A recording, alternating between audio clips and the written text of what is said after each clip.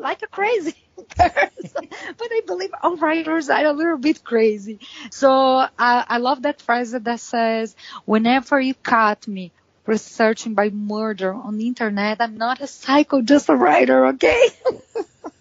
Exactly. Your writing process sounds very therapeutic in a way. It is because, you know, I'm going to tell you a secret that is not going to be a secret anymore in 5 minutes.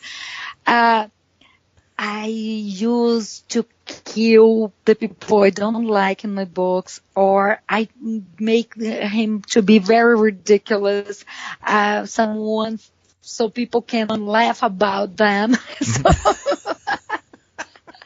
I'm not a person to destroy my enemies another way, but they are going to find themselves in my books. And, oh God, I just changed the names and the places because I have to tell. Right. It's all about fiction, but sometimes not. Oh, they inspired me a lot.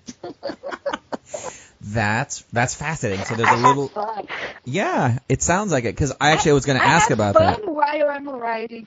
I always have fun. I don't believe in a work, a job that you don't have fun. I have fun being a lawyer. Mm-hmm. I have fun being a writer. I used to have lots of fun being a professor. Everything I do, I try to find a bright side and to amuse myself. Life is too short to do things you don't like and things that tire you. So I try to have pleasure in everything I do. I'm Italian. I'm a daughter of Italian. We are that tragic family that laughs and cries and shouts and talk with our hands all the time. So that's how I face life. Passion must be in everything you do. I hate warm things. I love hot and cold. But I hate warm things, and I have to do. I do because I love to do. Mm-hmm. That's great. What made you decide to release, and this may have just been because of timing, but you released both of your books, like one right after the other, in the same month in January. Why was that a strategic thing? Did that just happen to work out like that, or why was that? No strategic at all. But the first one was first released for the regular publisher in 2016. Okay. So it was re-released by myself in January when I got my rights back. And the other one was already ready. And I'm a premature baby. I was born with 8 months. So when I was ready, I decided to leave my mother. So when the book was ready, I decided to release, and it had no strategy at all. Nowadays, I see it's a bad strategy. But it was just like I behave. I'm a very impulsive person. I learn a lot.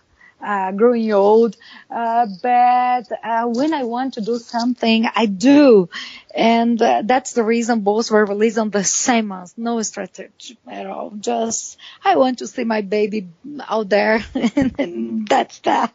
Sure. Third one, I believe it's going to be in January only next year. Oh, it is. So are you? So with Yeah. that one, are you learning from your mistakes from the first two and doing a bit more of a strategic launch, or are you just letting it evolve naturally? No, I'm more strategically right now. Okay. So I thought it's going to be better. Even for the awards, I'm going to be able to enroll in awards that is going to take place in 2018 because the book was born on that year. It has a little bit more of strategic and less of impulse, and that's one. Okay, well, that's good. With the awards you received for your first book, how was that through your original publisher, or was that after you self-published it? I believe it's a mix of both. Okay. Because Amazon joined things they can put together. But I believe with my first release, I just received 10 reviews. I have to learn more because I thought the publisher was going to do the hard work. I just gave the book to them, crossed my arms, and waited. And I have to move and to start showing my face so people could know my work when I release for the second time and self-published. Mm-hmm. Okay. So with everything that you're doing, and you mentioned this a little bit with your writing process, but do you have a daily rituals or a schedule where you fit in your writing time to your professional work? No, I just have this goal of writing, but I have to wait to the moment I'm free. But I'm sure to make myself free at some time during the day. So I do first my legal job because I have to work with real schedules, not schedules imposed by myself. Right. And so I do my legal work. When I finish my legal work, usually I have to go to court, talk to judges, talk to my clients and things like that. At the end of the day, when I'm free, I start writing. Or if the day is okay, on the beginning of the morning or during the night, I'm going to write. I believe the only ritual I have is I need coffee for all that. I'm hyperactive, as you can see. Mm-hmm. But I need coffee. I need at least 5 cups a day of espresso, very strong. You could write always the color it is. It's like pen ink. But I really need coffee. Wow. So with your 5 cups of espresso, do you drink them all in the morning? Do you space it throughout the day? I space during the day. I drink at least 3 in the morning, 2 more after lunch. And then I know what you're going to ask. Do you sleep like a baby 8 hours a day? Wow, like clockwork.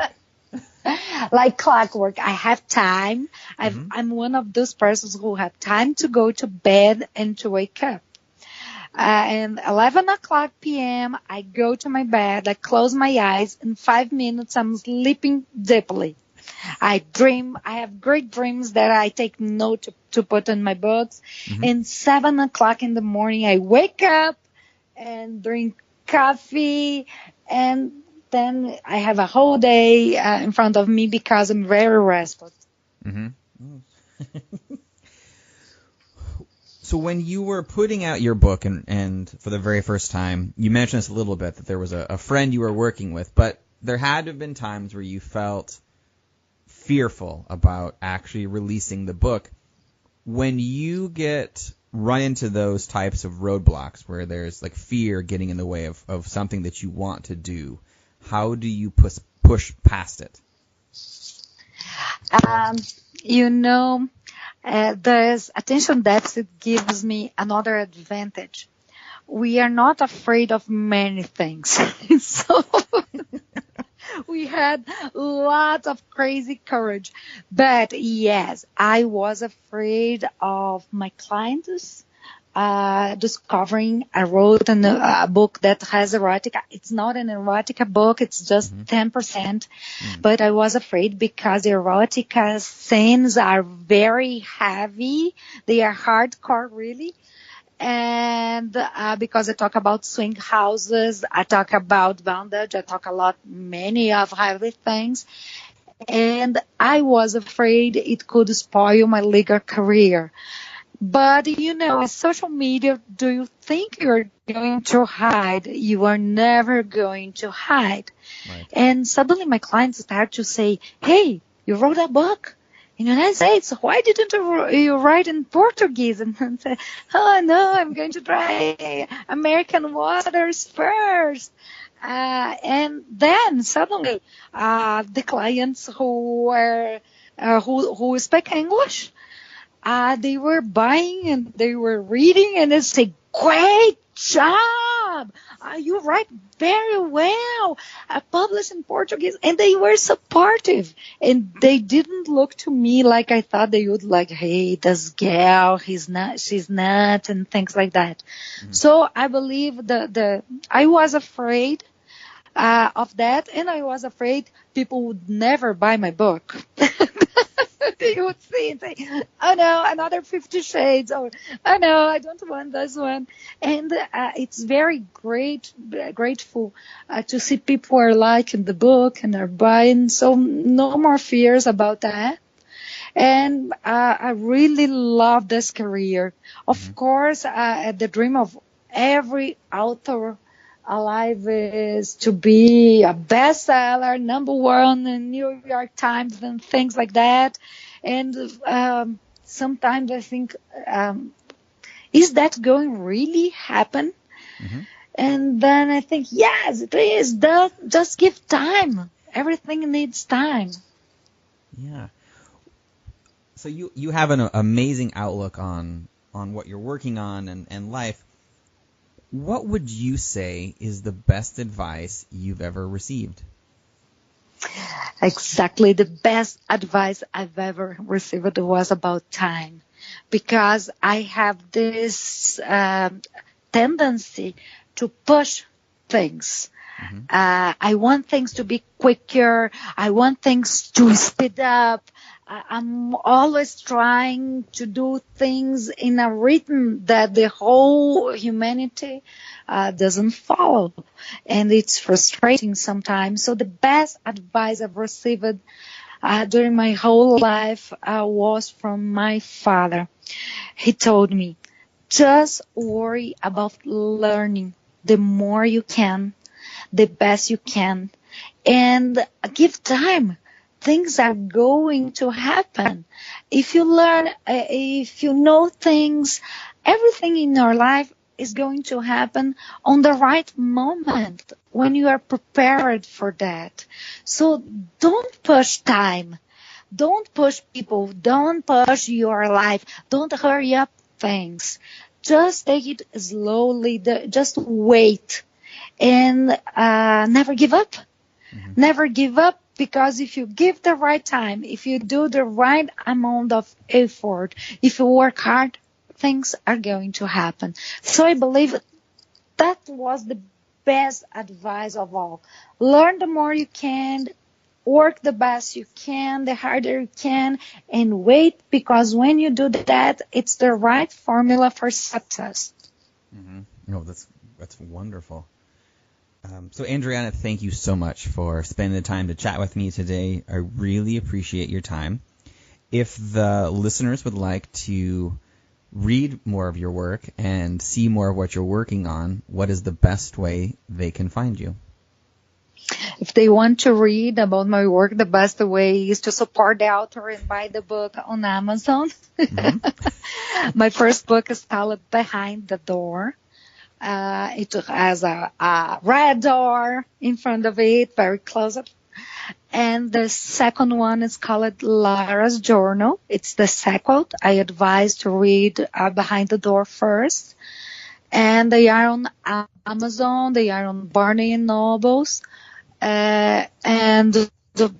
Also, they can send me an email. I love to talk to my readers. Adriana at Adriana Gavazzoni with a .com. I always answer. Sometimes not on the same day, but 2 days after I'm going to answer. My website, that is agavazzoni.com, because I use a.gavazzoni as my pen name. Okay. I have also my blog that you can reach through my site. And on Facebook, Adriana Gavazzoni, send me an invitation. I'm going to accept you. I have an Instagram that is Adri_Gavazzoni. I have my Twitter that is @A_Gavazzoni. I'm everywhere you can imagine. If people want to reach me, they are going to reach me. Take care, because I have a cousin with the same name, but she's not blonde, she doesn't have green eyes, and she doesn't have my charms, and she's going to kill me after this interview. Wonderful. I will make sure that I put all the links in the show notes so people can click right through to find you. Thank you very much for the invitation, Yuri. It was a pleasure to talk to you. I had fun with this interview. Thank you. So did I. Have a great day.